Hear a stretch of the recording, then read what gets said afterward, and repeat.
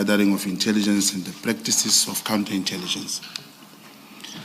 I then became and I was appointed an official informant for the South African Police Service in 1999. During 2009, I was registered and thereafter acted as an agent for crime intelligence in the South African Police Service. And can you explain to the Commission the difference between an informant and an agent? See, an informant will be any person. It even happens in different situations. We may be a group of three probably doing something illegal or stealing. And when I happen to be arrested alone, the moment I tell the police the truth and tell them, even yesterday we stole something and we left it at a particular place, and the police goes there and find whatever that I'm saying. And further probably tell the police, look, even next week or tomorrow we are planning to break somewhere, and the police goes there and they find that it's true. My friends were attempting to steal or they were breaking. The particular person can also be regarded as an informant, or a police officer may be knowing the movement of this person, his environment, and may also make that particular person an informant. But when it comes to a contact agent will be recruited by a crime intelligence officers or official. And that recruitment will include certain things based on your history. Usually they'll even recruit an individual who has been an informant for some time. There is a particular paragraph in here which gives the difference between an informant, the definition of a co-handler. But what I need to emphasize, and a co-agent, sorry. A co-agent, unlike a... Sorry, can I just clarify, when you say co-agent, are you referring to contact agent? Contact agent, okay. Contact agent. A contact agent is having a different, is usually empowered with an instrument that is it's utilized by all organizations, criminal intelligence organizations in the world. It's a very sophisticated instrument. It's called the legend building. In its definition, it's more like creating a false life or a backstory created for a clandestine operatives. It is an essential component of spy cover identity designed to withstand scrutiny and conceal the identity. Now, this contact agent, as I said, there is a particular paragraph which gives, is paragraph 18. It says a contact agent is a person who is recruited by a crime intelligence officer, which is referred to as a handler.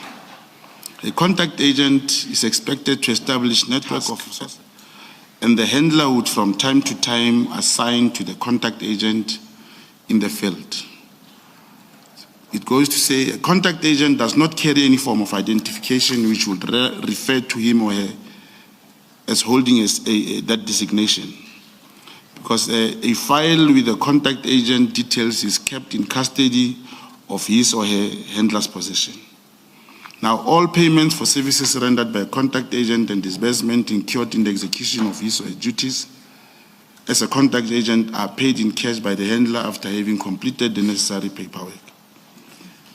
And usually, a handler would recruit a contact agent with the knowledge that the contact agent has been informant for South African Police Services proceeding his or her recruitment. And it further says, a contact agent can thus be described as a person who acts as a link between an intelligence service, an informant, or undercover operative.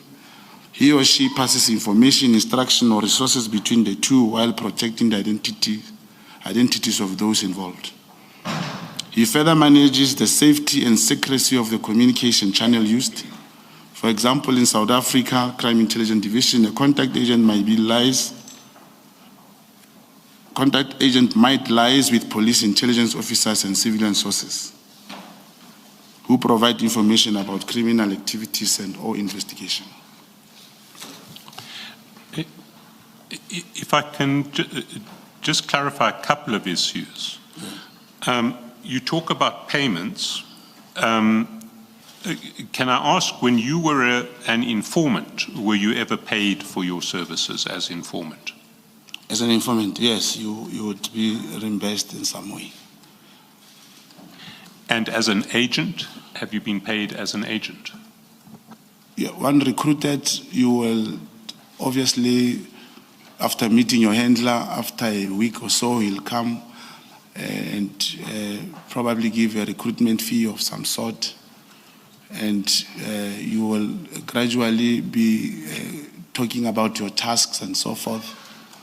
And here and there, he will assist you and bring you some payment, which all the time you'll have to sign some papers on receiving of that payment.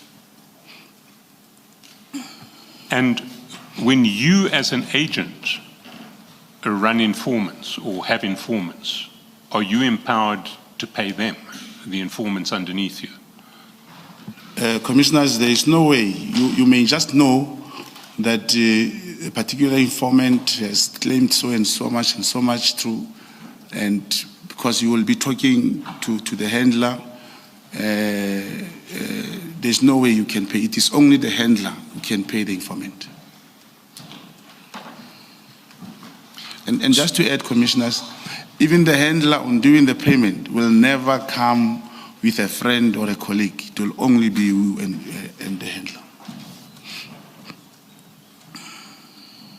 So if your informants were paid, it wasn't you who paid them, it was one of your handlers who would pay them? Commissioner, may you repeat the question? So if your informants, the informants who you had when you were building a network as an agent, if they were paid, it would be the handlers who paid them, not you? It will be the handlers, that's correct.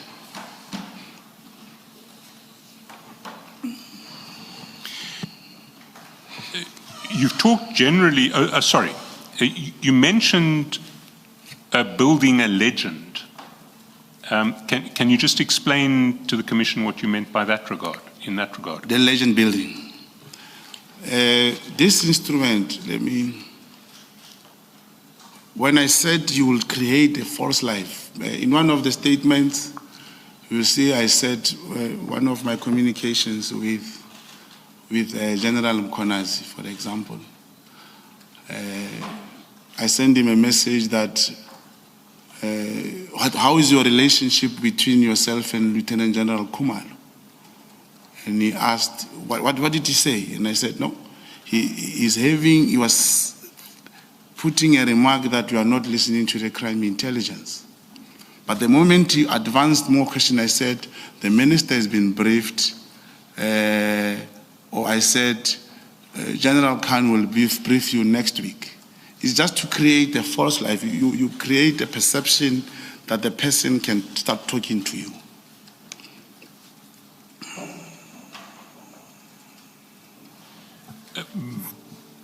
But in your case, the legend that you created didn't involve any different identity from your actual identity as Brown Mokhotsi. You didn't... Yes, I remained Brown Mokhotsi. Can you then take the Commission to paragraph 16 of your statement and